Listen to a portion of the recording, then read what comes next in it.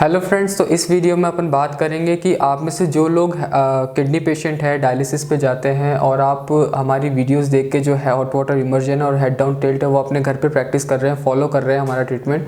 तो उसके दौरान आपको कोई क्वेश्चंस होंगे या कोई क्वेरी होगी जो आप हमसे पूछना चाहते थे, हमारी टीम से पूछना चाहते हैं और उसका क्वेश्चन का आंसर आप लेना चाहते हैं, या डॉक्टर BRC सर से आप चाहते हैं कि वो अपनी वीडियोज़ में कवर करें, तो वो सारे क्वेश्चन को मैंने कलेक्ट किया है जो पर्सनली मेरे से भी पूछे जाते हैं। जो मेरे पेशेंट अपने घर पे ही ट्रीटमेंट लेते हैं तो उनके जो क्वेश्चंस होते हैं वो मैंने लिस्ट डाउन करे हैं, अपने मोबाइल में नोट बनाया है। और ऐसे 21 तरीके के क्वेश्चन हैं जो फ्रिक्वेंटली आस्क्ड क्वेश्चंस हैं, जिसका आंसर आपके पास होना बहुत ही ज़रूरी है जब आप अपने घर पे ये फॉलो कर रहे हैं, ग्रेड सिस्टम फॉलो कर रहे हैं। ठीक है, तो इस वीडियो में मैं ऐसे 21 तरीके के क्वेश्चंस का आंसर दूंगा साइंटिफिकली, कि आप अपने जो ट्रीटमेंट है उसमें कोई भी कन्फ्यूजन ना आए। आपको हर चीज़ का आपको पता रहना चाहिए कि ये चीज़ें क्यों नहीं करनी चाहिए और अगर आप ये कर रहे हैं तो इसके पीछे का साइंस क्या है। ठीक है, तो सबसे पहले इस वीडियो को स्टार्ट करते हैं। क्वेश्चन नंबर 1 ले लेते हैं।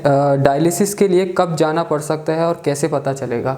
देखिए, डायलिसिस का जब आप ये थेरेपी लेंगे, और जैसे कि आपको मालूम होगा ये थेरेपी कम से कम आपको 4 घंटे लेनी होती है।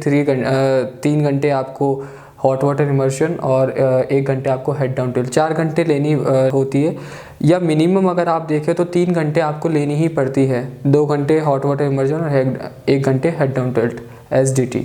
ये जब आप ले लेते हैं, अगर आप ये प्रॉपर कर रहे हैं तो आपको फर्दर डायलिसिस की ज़रूरत नहीं है उसी दिन, क्योंकि ये ही डायलिसिस है। ठीक है, तो उसके बाद में आपको डायलिसिस की ज़रूरत नहीं पड़ती। लेकिन इन केस नॉर्मली ये देखा गया है कि पेशेंट जो होता है वो 2 घंटे हॉट वाटर इमर्जन और 1 घंटे हेड डाउन टिल्ट नहीं कर पाता है। उसका कारण ये है कि बॉडी को ये चीज़ों का पता नहीं होता, कभी पहले ऐसा कुछ करा नहीं है, तो बॉडी को हैबिचुअल नहीं होती है बॉडी ये चीज़ करने के लिए, तो डिस्कम्फर्ट होता है, स्लाइटली डिस्कम्फर्ट्स होते हैं। तो पेशेंट 2 घंटे का जो टाइम है हॉट बाथ टब के अंदर बैठने का और 1 घंटे का हेड डाउन टिल्ट है वो नहीं कर पाते। कुछ पेशेंट आधा घंटा करते हैं या कुछ पेशेंट 45 मिनट 1 घंटा करते हैं, लेकिन पूरा नहीं कर पाते।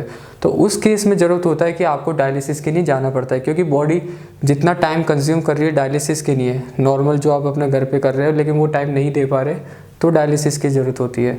जैसे कि आप देखेंगे कुछ लोग पेशेंट्स का जो हफ्ते में 3 बार डायलिसिस पे जाते थे, अब वो 2 बार जा रहे हैं या 1 बार जा रहे हैं। ये ऐसा क्यों हो रहा है, इसका मैं आपको रीज़न बता देता हूँ। देखिए कि अगर कोई पेशेंट है हफ्ते में 3 बार डायलिसिस जाता है और हमने उनको रिकमेंड करा कि 2 घंटे आपको हॉट वाटर में बैठना है, लेकिन वो 2 घंटे नहीं बैठा, सिर्फ 1 घंटे बैठा। और जैसे मैंने 1 घंटे आपको हेड डाउन टिल्ट बताया तो वो सिर्फ आधे घंटे बैठा, यानी कि तो 3 घंटे का प्रोसेस वो 1.5 घंटे में करा। यानी कि जो बॉडी का जो डायलिसिस था, सेल्फ डायलिसिस था, वो आधा हुआ। बॉडी के अंदर जो एक्सेस फ्लूइड है और एक्सेस जो न्यूट्रिएंट्स है, जो वेस्ट है, टॉक्सिसिटी है, वो बाहर आधी ही आ पाई, पूरी नहीं आ पाती। ठीक है, इस केस में तो बॉडी आधी डायलिसिस तो कर ली, यानी कि जो 1 वीक का जो फ्रिक्वेंसी थी 3 टाइम्स थी, वो अब 2 बार या 1 बार ही ज़रूरत पड़ रही है। ठीक है, तो ये रीज़न है कि आप डायलिसिस पूरी तरीके से फ्री नहीं हो पा रहे।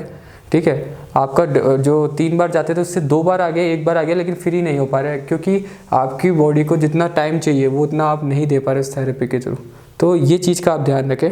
और बाकी जो है, जैसे कि मैंने बताया आपको, बॉडी हैबिचुअल होती है, धीरे धीरे होती है। यानी कि जैसा अगर समझो आप किसी जिम के अंदर जा रहे हो, आप तरीके से नहीं कर पाएंगे इफेक्टिवली जितना आप 1 महीने बाद 2 महीने बाद कर पाएंगे। क्यों? क्योंकि बॉडी की जो मसल मेमोरी उसको आदत हो रही है वर्कआउट करने की। वैसे ही ये जो है आप hot water immersion head down tilt ले रहे हैं, इसकी आदत पड़ रही है बॉडी को। तो धीरे धीरे आप देखेंगे कि जो उसका टाइम है यानी कि 2 घंटे, इवेंचुअली आप धीरे धीरे उसको अचीव करेंगे। और जब ऐसा होगा कि आप 2 घंटे हॉट वाटर इमर्जन और हेड डाउन टिल्ट 1 घंटा कर पा रहे हैं, तब आप डायलिसिस की नहीं, आपको ज़रूरत नहीं पड़ती। ठीक है, तो इस क्वेश्चन का मैंने जवाब आपको डिटेल में देने की कोशिश करी है कि क्यों पेशेंट होते हैं जो पूरी तरीके से डायलिसिस फ्री नहीं हो पाते, उनकी फ्रिक्वेंसी कम होती है डायलिसिस पे जाने की। तो ये भी एक बेटर ऑप्शन है। कोई भी ऐसा पेशेंट जिनकी एज ज़्यादा या सीवियर प्रॉब्लम है, तो ऐसा नहीं हो सकता कि पहले दिन से वो 2 घंटे हॉट वाटर में बैठ जाए, डिस्कम्फर्ट होता है। ठीक है, कार्डियक अरेस्ट 20% आउटपुट उसका तेज़ हो जाता है पेशेंट का, तो उनको लगता है कि बहुत ज़्यादा ब्रीथलेसनेस हो रही है या फिर चक्कर आ रहे हैं, ऐसा कुछ।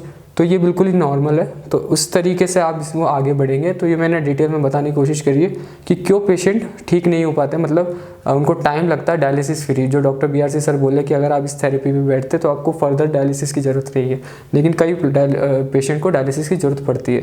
और वो आप समझेंगे कैसे, पेशेंट खुद बताएगा। यानी कि अगर आप ये चीज़ आप यूज़ कर रहे हैं, प्रैक्टिस कर रहे हैं, तो आपको डिस्कम्फर्ट होगा, जैसे कि आपको लगेगा कि ब्रीथलेसनेस हो रही है, या उल्टी होती है, वॉमिटिंग हो रही है, चक्कर आ रहा है, स्वेलिंग होती है आपकी बॉडी में, तो स्वेलिंग हो रही है, ठीक है।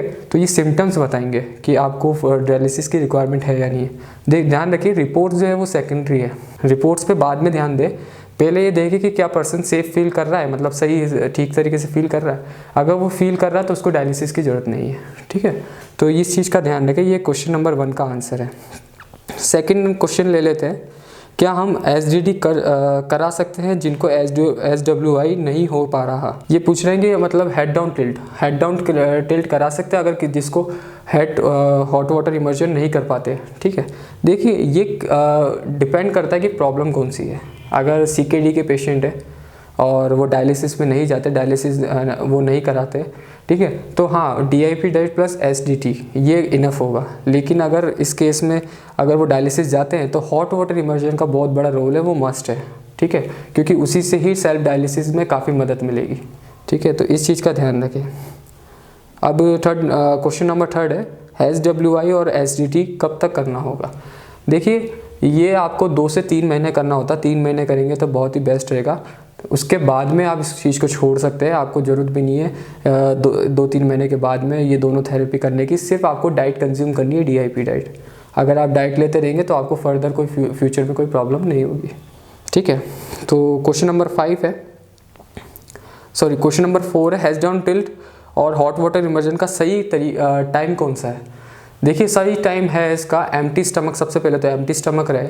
और जो हेड डाउन टिल्ट है उसका जो सही टाइम है वो मॉर्निंग के अंदर है। यानी कि आप मॉर्निंग के अंदर जो 6 बजे उठते हैं या 7 बजे उठते हैं, तो उसके बाद में एम्प्टी स्टमक रहते हैं, तो तब आप पानी पी के, नॉर्मल पानी पी के आप अपना हेड डाउन टिल्ट कर सकते हैं 1 घंटे के लिए, ठीक है। और हॉट वाटर इमर्जन है, ये आपको बिफोर बेड यानी सोने से पहले आप ये करेंगे 2 घंटा 3 घंटा, तो ये सफिशिएंट रहेगा, ठीक है। तो बेस्ट टाइम, आइडियल टाइम तो हेड डाउन टिल्ट का मॉर्निंग में है और हॉट वाटर इमर्जन का नाइट में है। ऐसे कोई टाइम वेरिएशन नहीं है, आप जब भी चाहे अपने फ्लेक्सिबिलिटी के हिसाब से कर सकते हैं, लेकिन बेस्ट टाइम ये रहता है, ठीक है।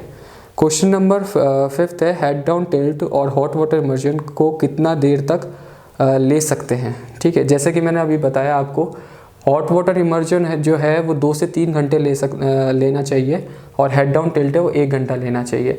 लेकिन अगर किसी पेशेंट को हेड डाउन टिल्ट में कंफर्टेबल है, हॉट वाटर इमर्जन में कंफर्टेबल नहीं है, तो वो 2 घंटे हॉट वाटर इमर्जन को ले और 2 घंटे हेड डाउन टिल्ट को ले, ठीक है। ये पर्सन टू पर्सन वेरी कर सकता है, ये पर्सन को डिपेंड करता है। उनको देख के पता लगता है कि दोनों में से किस चीज़ में कंफर्टेबल है, तो जिस चीज़ में ज़्यादा कंफर्टेबल है उस चीज़ को वो कर सकते हैं। लेकिन ये ध्यान रखें कि दोनों को कंबाइन करके कम से कम 4 आवर्स होना चाहिए, या मिनिमम 3 आवर्स तो होना ही चाहिए, अगर वो चाहते हैं कि डायलिसिस को सेल्फ डायलिसिस मोड पर आ जाए बॉडी, और आगे जो फर्दर डायलिसिस की है वो हॉल्ट हो सके, ठीक है। नेक्स्ट क्वेश्चन है, SWI का टेम्परेचर अगर थोड़ा ऊपर नीचे हो तो क्या ये काम करेगा।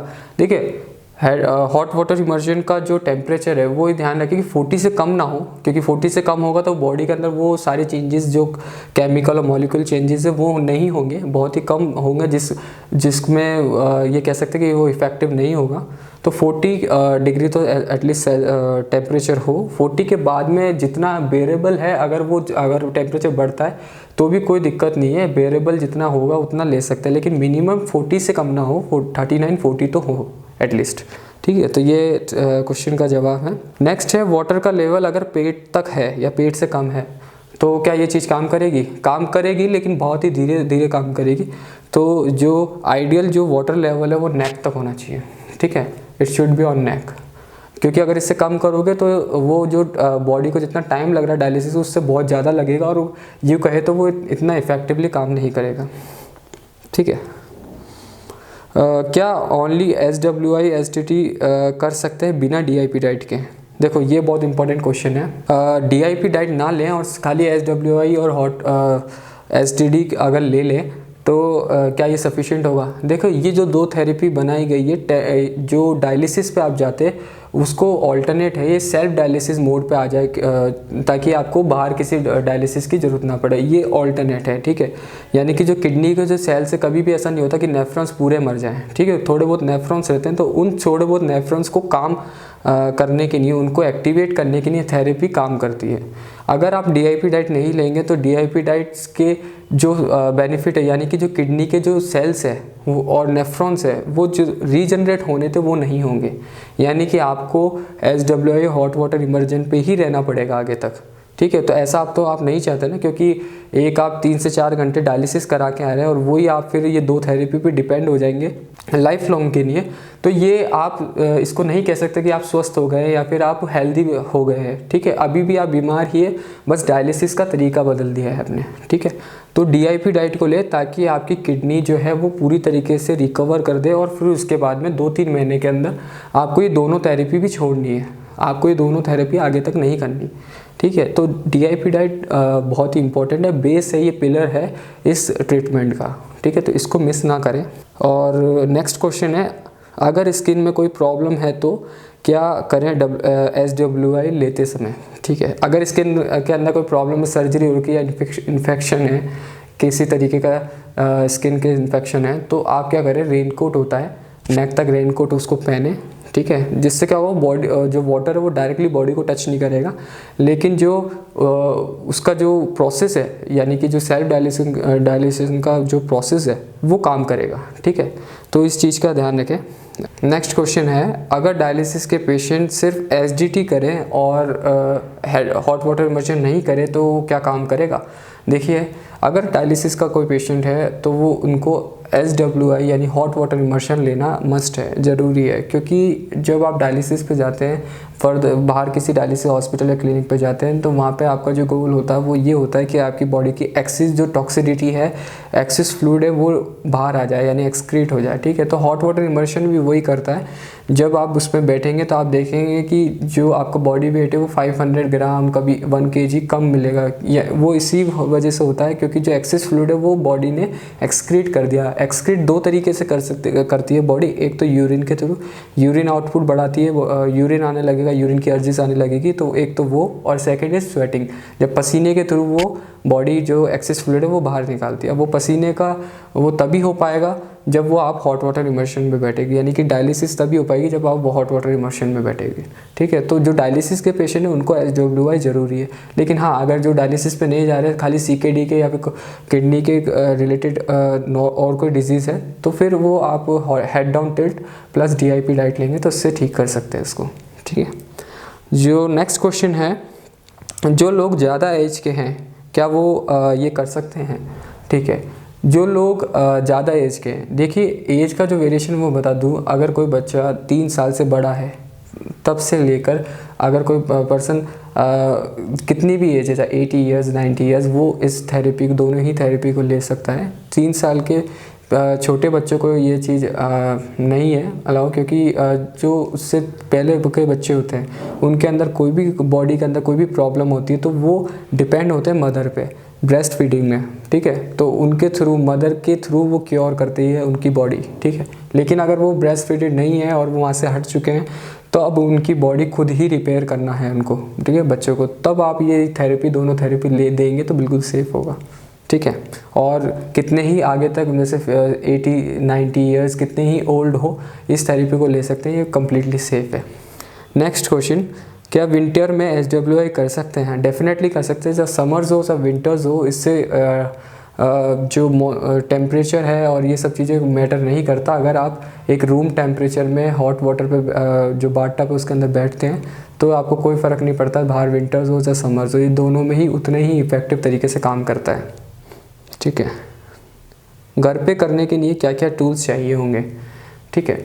घर पे करने के लिए देखिए, क्या सबसे पहले तो बाथ टब खरीदना पड़ेगा आपको। बाथ टब खरीदते समय एक बात ध्यान रखें कि अगर उसमें बैठने के बाद में उसका जो लेवल है, ठीक है, वो कम से कम नेक तक आ जाए, नेक तक वाटर लेवल हो उसका आपके बैठने के बाद में, ये चीज़ इसको ध्यान रखना है। बाथटब होगा एक, और सेकंड होगा या तो इमर्जन रोड होगी, शॉक प्रूफ इमर्जन रोड मिलती है ऑनलाइन, या तो वो होगा या पोर्टेबल गीज़र होगा। दोनों में से एक होगा जो वाटर को हीट करने में मदद करेगा, ठीक है। और थर्ड है थर्मोमीटर। डिजिटल थर्मोमीटर आप किसी भी मेडिकल शॉप से ले सकते हो, ये थर्ड चीज़ है। और इस दौरान मेजर करने के लिए आपको 2 डिवाइस की ज़रूरत होगी। एक होगी ग्लूकोमीटर, यानी कि आपका ब्लड शुगर चेक कर पाए, और सेकंड होगा ब्लड प्रेशर चेक करने का डिवाइस, ठीक है। उसके अंदर पल्स भी रीड करने का। तो ये 3 चीज़ें आपको इस दौरान आपको नोटिस करना पड़ेगा, नोट करना पड़ेगा। आपने थेरेपी लेने से पहले कितना था और थेरेपी लेने के बाद में कितना हुआ। तो ये आपको जिसे हम प्राण शीट कहते हैं, कोई भी जो भी पेशेंट हमसे ट्रीटमेंट लेता है तो उनका एक प्राण शीट होता है जिसे हम डेली उनका पैरामीटर्स वहाँ पे मेंशन करते हैं, ठीक है। तो उसको ध्यान में रखना होगा। और जो थर्ड आपको चाहिए, जो थर्मोस्टेट, अगर टेम्परेचर थर्मोस्टेट आपके पास है या फिर आप मार्केट से परचेस करते हैं तो आप उसकी भी हेल्प ले सकते हैं, ठीक है। ये आपका हॉट वाटर इमर्जन की टूल्स हो गए। हेड डाउन टिल्ट में आपकी जो बेड होता है, बेड के नीचे अगर 3-3 ईंटें लगा देंगे तो वो 10 डिग्री पे इंक्लाइन हो जाएगा, यानी कि 10 डिग्री एंगल बना लेगा वो। तो यही टूल्स चाहिए आपको ये दोनों थेरेपी लेने के लिए, ठीक है। क्या एसडीटी के वक्त नींद आए तो सो सकते हैं? देखिए, एसडीटी के वक्त में सोए ना, जागे रहना है।